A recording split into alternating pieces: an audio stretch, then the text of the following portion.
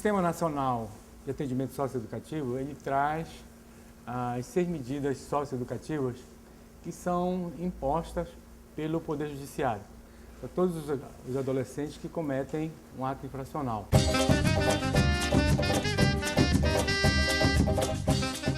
Que elas são sequenciadas, essas medidas. Essas medidas vão desde a advertência. O que é advertência? Advertência é o Estatuto diz que é uma admoestação verbal. É o carão que se chamava antigamente, né? É aquilo que o juiz chama o adolescente que cometeu um ato infracional, né, para dar a sentença, e essa sentença é uma advertência. E a advertência, ela é feita por escrito. Ela é feita por escrito e entregue na presença do pai, do responsável, junto com o adolescente. Essa é a medida mais branda, mais leve.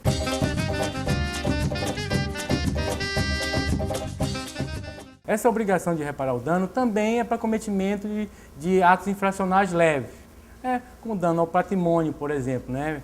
Pichação, dano qualquer ao patrimônio. Então, essa obrigação de reparar o dano, ele pode ser uma espécie de ressarcir aquilo que ele deu prejuízo. Então, mas muitas vezes o adolescente, por estar numa faixa, numa camada da sociedade bem pauperizada, ele não tem como arcar financeiramente com esse ressarcimento do dano. Então, o juiz muitas das vezes não aplica essa medida, aí procura uma outra medida, que vem a prestação de serviço à comunidade.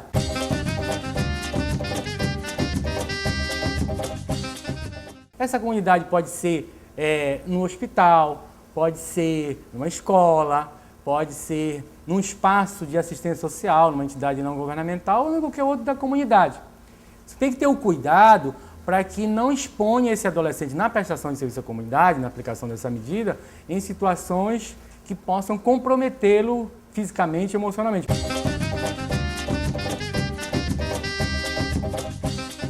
Para todos aqueles que militam, que já têm uma maturação do Estatuto da Criança e do Adolescente, que é considerada a medida mãe.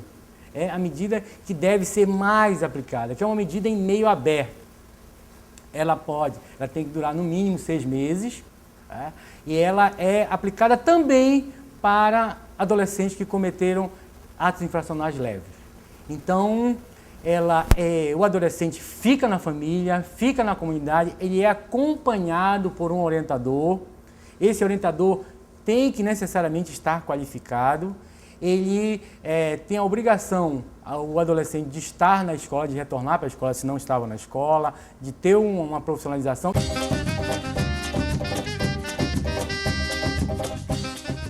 Aí nós já estamos nós estamos saindo das medidas em meio aberto e entrando nas medidas de restrição de liberdade. Então a semiliberdade é uma medida de restritiva à liberdade. Essa medida de semiliberdade, ela é normalmente numa casa, dentro de um bairro, né, com todos os equipamentos sociais possíveis, né? Não precisa e nem deve estar isolado, ela tem que estar integrada dentro de uma comunidade.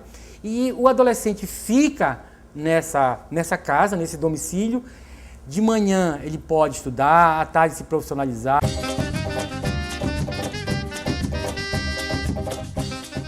E a internação, ela pode ser dividida em 2 momentos.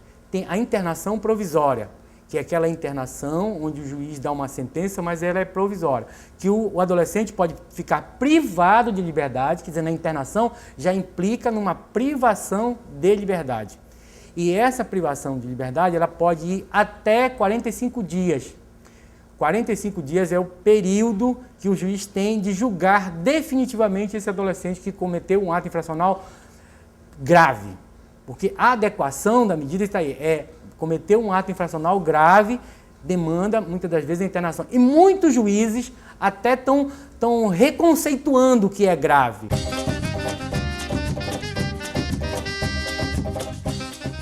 Essa medida, ela tem que estar acompanhada, necessariamente, de todos aqueles direitos que o adolescente privado de liberdade, porque a internação, repito, ela implica na privação de liberdade, cesseou o direito de ir e vir, ele perdeu o direito de ir e vir, mas ele não perdeu os outros direitos. Ele continua com o direito à escola, ele continua com direito ao esporte, à cultura, ao lazer, à saúde, a sua opção espiritual, ele continua com direito a ter a sua documentação civil e militar, enfim, e ele continua tendo todos aqueles direitos que implica nos direitos humanos.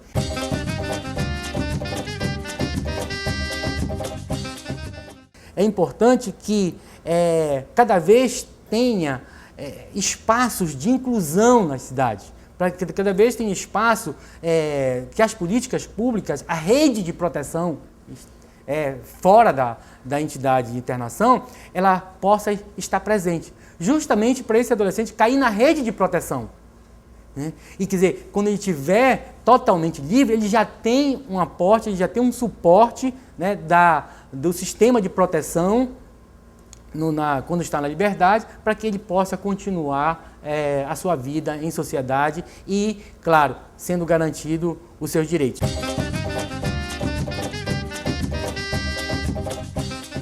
O SINASE, ele vem suprir uma lacuna, quer dizer, o estatuto por si só, ele não regulamentava algumas questões. Por exemplo, a questão de quantos meninos tinha que ter numa unidade de internação. Ele traz uma série de amarrações no sentido do fazer, do concreto, da concretude, da aplicação da medida socioeducativa.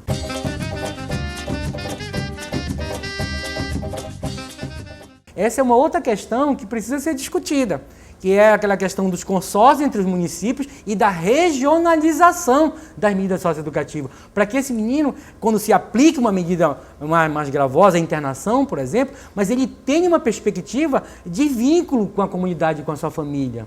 Quer dizer, que a família possa estar próximo, porque medida socioeducativa que onde a família esteja longe, distante, ela é uma medida que fica comprometida.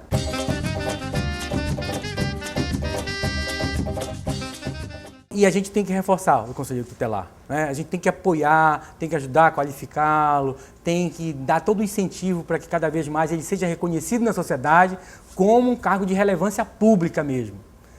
Segundo, os conselheiros tutelares, eles encaminham, né? E aí os conselheiros tutelares, eles também têm uma ausência, têm uma lacuna muito grande que é da equipe multiprofissional nos conselheiros tutelares. Teria que ter um suporte para que esses conselheiros, que muitas vezes não têm formação técnica, e, portanto, há uma dificuldade nos encaminhamentos. Então, precisava ter um suporte técnico para que, na sua decisão de encaminhamento, eles pudessem ter melhor encaminhamento a partir de um respaldo técnico. Então, e a partir daí, ter uma rede de atenção no município. Né?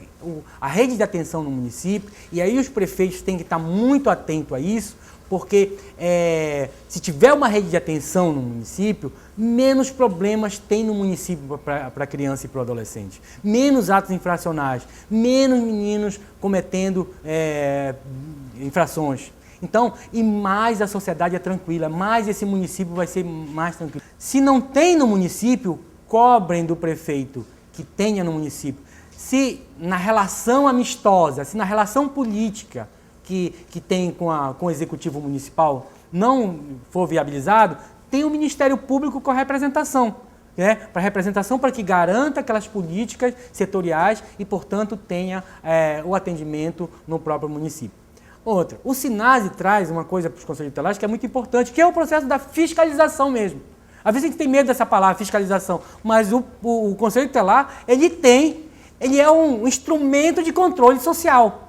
Portanto, ele pode fiscalizar. Pode fiscalizar qualquer uma entidade que esteja voltada para a criança e adolescente.